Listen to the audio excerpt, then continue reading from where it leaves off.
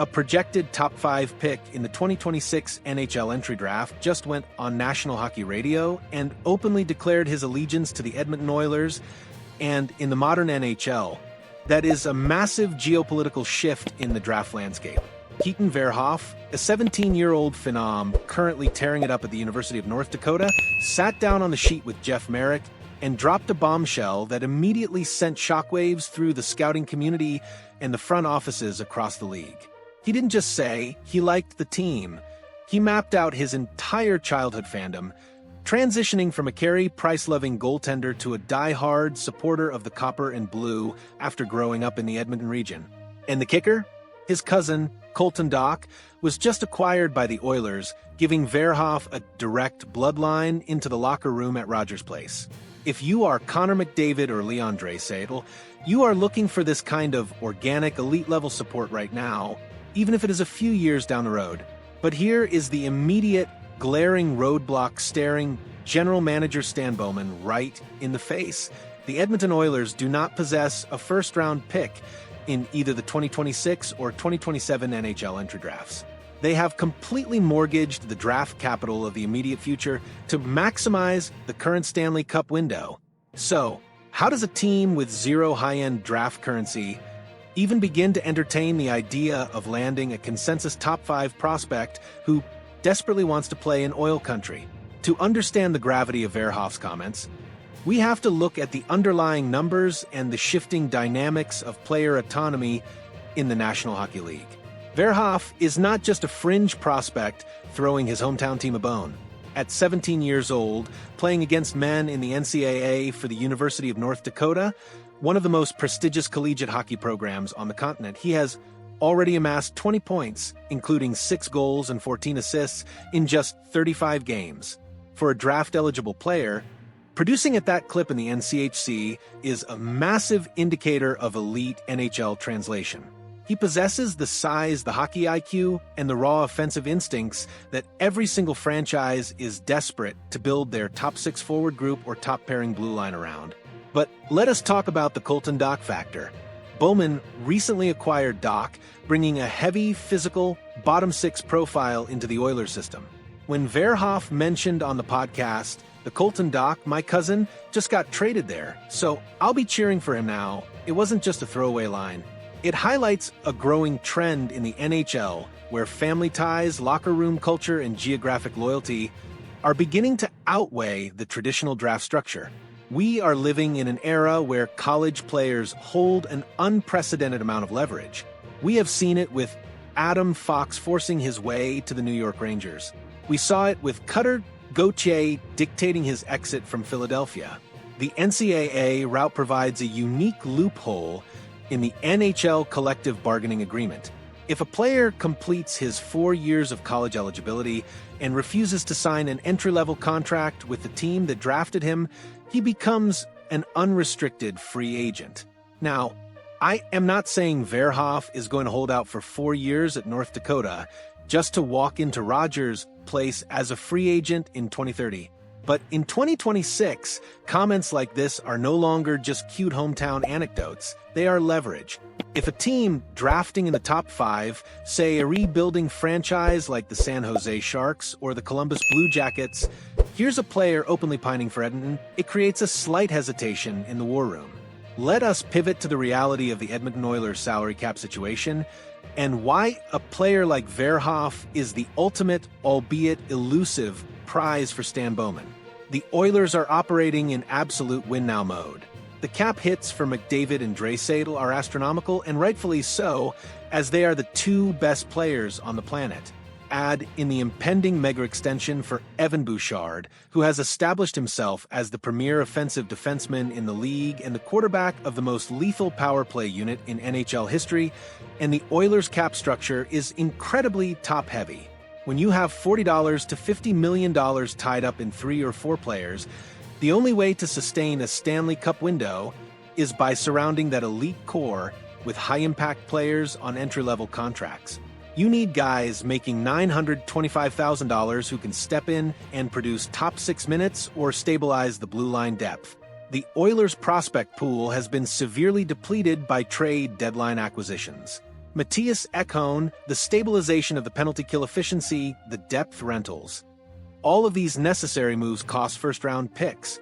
Bowman is making a high-stakes bet on the current roster depth, but the pipeline is running dry. If Bowman wanted to engineer a trade to get into the top 5 of the 2026 draft to select Verhoeff, the cost would be astronomical. You are talking about moving a roster player with significant term and value, plus multiple future assets. It is a near-impossible mathematical equation for a team pressed right against the salary cap ceiling. However, the NHL trade market is fluid. If Verhoeff's camp makes it known behind closed doors that Edmonton is his preferred destination, we could see a scenario where the team that drafts him eventually flips his rights to the Oilers a year or two down the line, similar to the Gauthier-Drysdale blockbuster. Let us break down the tactical fit. The Oilers system under the current coaching staff relies heavily on high-danger chances generated off the rush and sustained offensive zone pressure. Looking at the underlying numbers, the Oilers are shifting their strategy to incorporate more heavy, forechecking forwards who can retrieve pucks for the elite skill guys.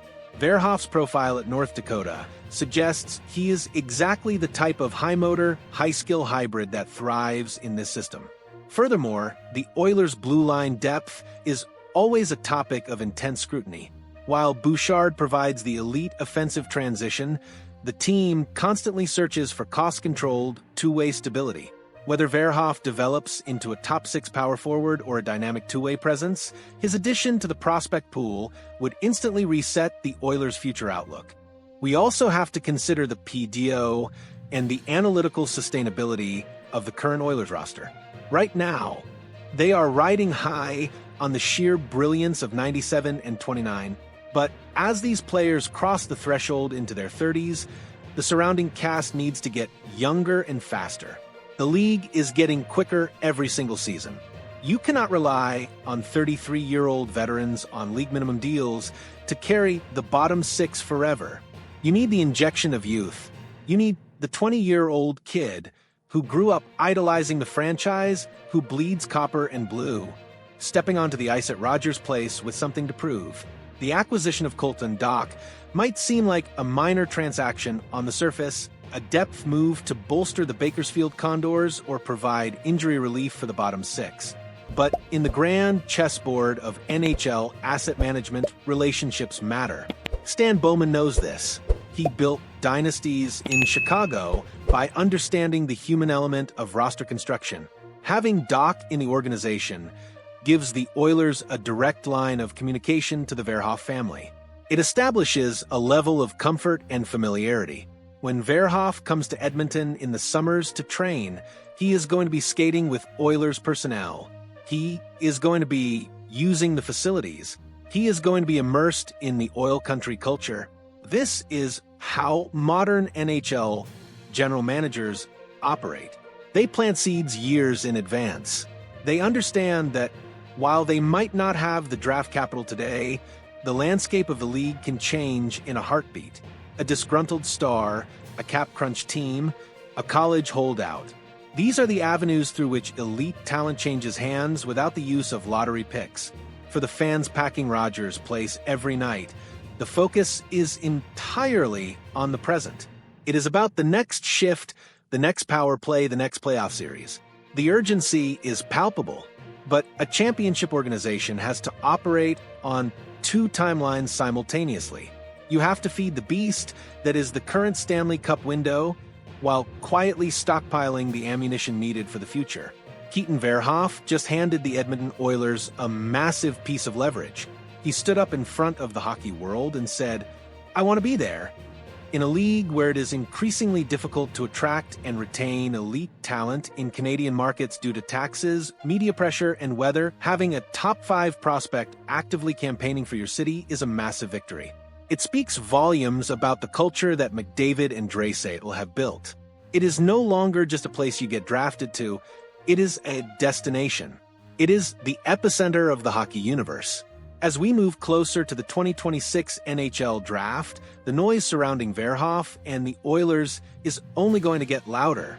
Every time he scores a highlight reel goal at North Dakota, Every time Colton Dach throws a massive hit at Rogers Place, the connection will be brought up. Stan Bowman has his work cut out for him.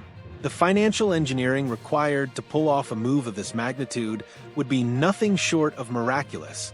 But if there is one thing we have learned about the Edmonton Oilers in this era, it is that when elite talent wants to play with Connor McDavid, the front office usually finds a way to make the math work. Keep your eyes on the NCAA this season. Keep your eyes on the trade deadline targets and how Bowman manages his remaining future assets. The board is set, the pieces are moving, and the future of oil country might just be taking shape in Grand Forks, North Dakota. If you want to stay ahead of every single rumor, cap maneuver, and tactical shift inside Rogers Place, make sure you hit that like button, subscribe to the channel, and drop your thoughts in the comments below. How much future capital would you mortgage to bring a hometown kid like Verhoeff to Edmonton? Let me know. Let's go Oilers!